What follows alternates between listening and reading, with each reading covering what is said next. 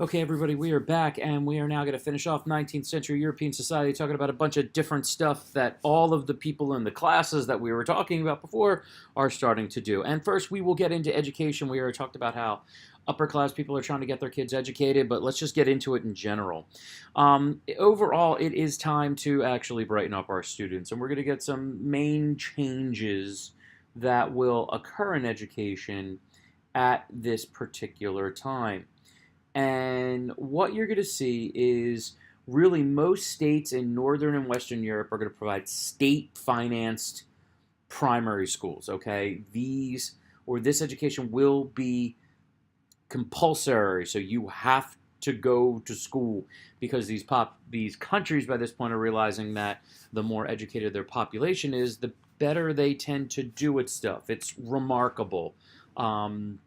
So it will be free. It will be for the masses. And teachers will be salaried and trained.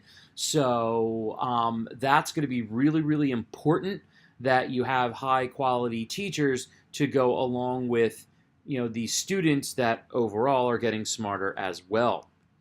Now, you have some isms that have an impact here. First and foremost, it is a way so for liberalism, the idea is that education was important to a person and overall social improvement. And also it was a way to kind of supplant religious education with more of a focus on civic values. And there you have a private schools that is, I believe, Eton College there, or Eton. I believe it's Eton College in England. And it's also, education's a big part of or not industrialism, well, part of industrialism, which I'll talk about, but nationalism, okay? Here's a quote: "We in Germany consider education to be one of the principal ways of promoting the strength of the German nation and above all military strength." So the idea of having this educated public is you're also going to have them prideful of the nation and stuff like that. So it's going to be really, really important. Now, businesses also have some needs. Here are some schoolhouses from the late 1800s, painting in an actual photo of one. In that, with the second industrial revolution, you need more people with more skills. For whether it's either engineers or managers and stuff like that. And what it's also going to give is more people social mobility. And I think in the end that becomes one of the strengths and reasons why people work so hard to get their children educated no matter what class they're from. It's to get them an opportunity to have a better life. Now, what is the curriculum here? Well, we do have some basics. You've got reading, writing, mathematics, natural history, geography, literature, and believe it or not, some singing and drawing, art having a place. I'm a big fan, art course, stuff like that, and the school I teach at is fantastic at that. Boys will do everything and then often get some carpentry and military drilling. You see over here. Girls would not get much science, and they would get less math, and often sewing, washing, ironing, and cooking. Basically, instruction how to run a quote-unquote home. We'll talk about more about this on my video on women, which you can watch as well. And then you also have some indoctrination. I mean, the whole idea is it's all about your country. We're not worried about outside perspectives, which will have some impact when we get to the imperialism period here. So, that's kind of one of the negatives, if you will. Now, the impact of education is pretty huge. You're looking at massive literacy rates, and adult illiteracy in most of Northern and Western Europe is basically gone by the year 1900. Non-industrial places like Serbia, Romania, Bulgaria, and Russia, they're going to struggle a little bit. They don't really have the investment in education, and won't until the later part of the 1900s. Doesn't mean that there aren't smart people in those countries. There are very, very smart people in those countries, but to like consolidate some things. And as a result, we're going to get more and more things for people to read. And probably the biggest one in the late 1800s, early 1900s are your modern day newspapers. Most of you have forgotten what newspapers are, but they were these papers, if you will, as you can see in front of you, that would give us the news. Some of the bigger ones, particularly from England, were the Evening News, which was started in 1881, and the Daily Mail, which started in 1896. Daily Mail is still around today. Now, in general, they're going to have a lot of different stuff going on, lots of news, but they'll also, in many cases, trend toward sensationalism. Now, some of it is not necessarily bad. They would go into deep details on things like crimes and corruption and stuff like that, but at the same time, would often make some stories up or, not give you the complete picture of things sometimes. Or really take a hard stance in the United States of America. For those of you in the United States history, sometimes this was referred to as yellow journalism. And so you get some gossip and stuff like this. But then you would also get things like, sports and eventually the development of specialty magazines.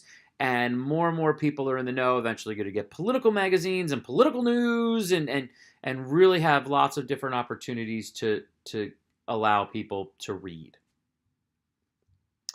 Now, then we have this something crazy like leisure. This is actually now a thing for the non-wealthy.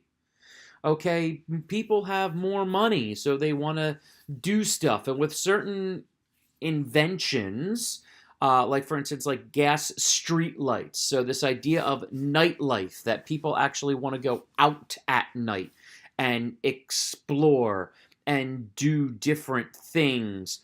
We also will have the creation of things like amusement parks, or you'll have sporting events to go to, and dance halls and railroads will be able to take you to places like the beach or doing day trips. And the idea was, especially for families, if you could, save a little bit of money and do leisure things and go out. So it's not really basically just about work and eating and being at home or something. We're going to go out, we're going to do activities, we're going to be involved. It really gives you more and more opportunities to, I guess you could say, to live life, and that's really important. Here's an example of a dance hall. Of course, one of the more famous things, the Moulin Rouge in Paris, where they would do shows and dancing, and a lot of times, they would make these a little bit, they wouldn't be too expensive. So yes, a lot of these are aimed at the middle class and sometimes the upper class, but also at the same time, people in the lower classes would have this opportunity as well. Here's an example of some amusement parks. Okay, this is the Luna Park in Brooklyn. This was really, really popular in the late 1800s. On the right is one of the world's first Ferris wheels that was invented over in England, so that's super fun as well. Okay, and then you've got British football. In America, we call it soccer, but you have, your teams, and you get the development of professional leagues, and you see here the painting, you see all the people in the crowds, and as I mentioned before, radio is going to cover these things, so you can listen to sports on the radio. That's part of leisure, because you have to buy the radio. And then you get things like tourism. You can get something simple as the right there as going to a beach, and you can see very different than today. You would have some people in your full body swimsuits in the water there, but you get the little girls running around, and then you have dad still in the suit, because you got to wear the suit constantly, guys. Sorry, got to always look pro. And on the left, of course, there's a wealthier family, of course, visiting Egypt. Okay, so super, super important. And then the last part of this is consumerism. It's time to buy lots of stuff. And the mass consumer society today is what is born at this time. We've talked about mass production already. So you have all these goods. They're less expensive. We can do things, and we're going to go out and buy stuff. Mass production allows prices to drop. And overall, there is a greater availability of goods. So if you can have a greater availability of goods, you're going to have prices drop, and thus people are going to buy stuff.